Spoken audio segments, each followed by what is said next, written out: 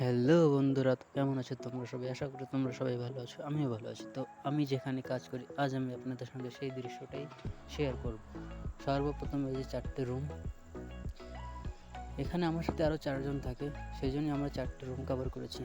এই দেখুন ছোট্ট একটা নারকেল গাছ। ভাই এই আম গাছটায় দেখুন কত প্রচুর পরিমাণের আম হয়েছে, আর এইটুকু একটা আম গাছে দেখুন কত বড় আম হয়েছে। আমার এলাকায় এই যে সবচেয়ে বড় আম এইটুকু গাছে, এরকম আর অনেকগুলি আম গাছ আছে।